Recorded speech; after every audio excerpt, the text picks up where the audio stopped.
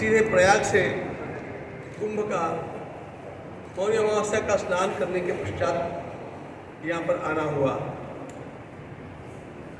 मैंने सोचा नहीं था इतना अच्छा उत्साह मुझे यहाँ पर मिला। भागवत भक्ति कथा का माध्यम लेकर के मैं बोल रहा था। लोगों में भक्ति भाव में भी प्राचुर्य है, लेकिन उसके साथ साथ राष्ट्र की समस्याओं को समझ करके उन समस्याओं के निवारणार्थ अपना योगदान दिया जाना चाहिए। यह सूझबूझ भी यहाँ के भाविक लोगों में है। ये देख करके मुझे बड़ा अच्छा लगा।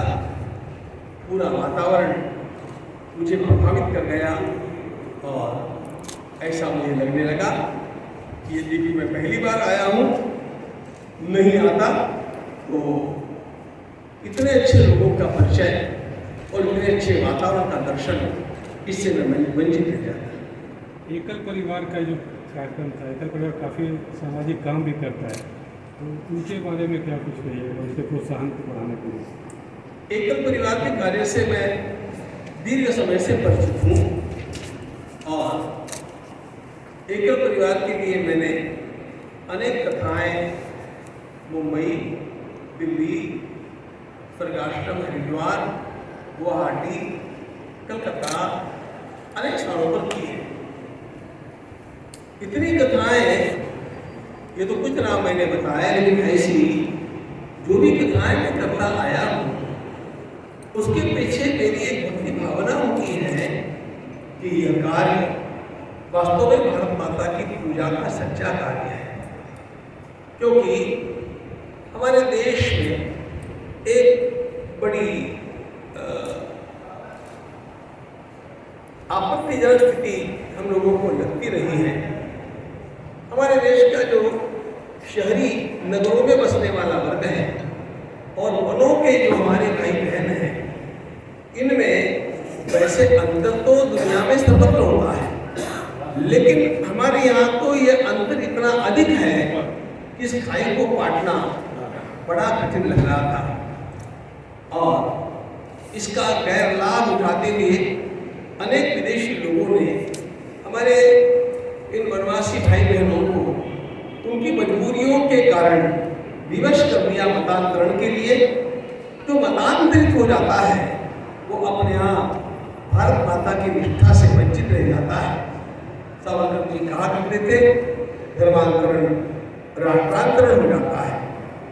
वैसा ही अनुभव हम लोगों को आने लग गया और बड़ा बुरा भी लगता है, अच्छा भी लगता है। बुरा इसलिए लगता है कि हम लोगों ने जागने में देरी कर दी, और अच्छा इसलिए लगता है कि चलो देर आए दुरुस्त आए, हम लोग जगे और ये एकल शहरी का एक विद्यालय का काम आरंभ हुआ। कार्य वास्तव में हमारे उन सारे वनवासियों को मुख्य धारा के साथ जोड़ने का काम है।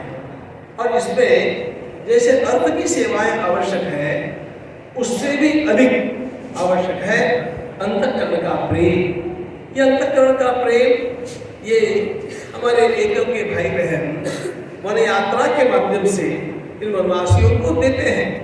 और इसलिए वनवासी कार्यकर्ताओं को भी ऐसे नहीं लगता कि हम लोगों को हेल्प की जा रही है, हम लोग उपकृत हैं और ये उपकारकर्ता कोई अलग है। उल्टे उनको ये लगता है ये हमारे ही परिवार के लोग हैं। जैसे छोटे भाई के लिए बड़े भाई को जो कुछ करना चाहिए उसमें आत्मीयता होती है, उसी प्रकार वनांचल के लिए काम करने वाले हमारे सारे इन नागरिक बस्तियों में भी आत्मीयता का यह भाव एकल परिवार ने जागृत किया। ये भाव जागरण सबसे महत्वपूर्ण बात थी, क्योंकि समस्या तो जो थी, लेकिन उस समस्या से परिचित कराना, उस समस्या के निराकरण के लिए मानसिकता को निर्माण करना, ये सारा काम एकल के नेतृत्व ने किया, कार्यकर्ताओं ने किया। इसलिए मैं इस काम से अत्यंत प्रभावित हूँ और मुझे ऐसे लगता है कि भारत माता की सेवा के जो अनेक काम हैं, उन कामों में आज इस काम की सर्वाधिक प्राथमिकता है। The first priority of this mission I regard it. के प्रलोभन देते धर्मांतरण वगैरह कराते, तो सरकार को भी कुछ कदम उठाना चाहिए, कड़े कानून ऐसा कुछ बनाना चाहिए। ये प्रश्न आपने बड़ा लंबा पूछ लिया। ऐसा है, हमारे देश में अनेक गलत कानून बने, अंग्रेजों ने कानून बनाए और हमारी घिसी पिटी सरकारें उन्हीं कानूनों को घसीटती रही। इतना ही नहीं तो अधिक जुल्म करने वाले भी कानून हमारी 70 वर्षों की सरकारों ने बनाए, लेकिन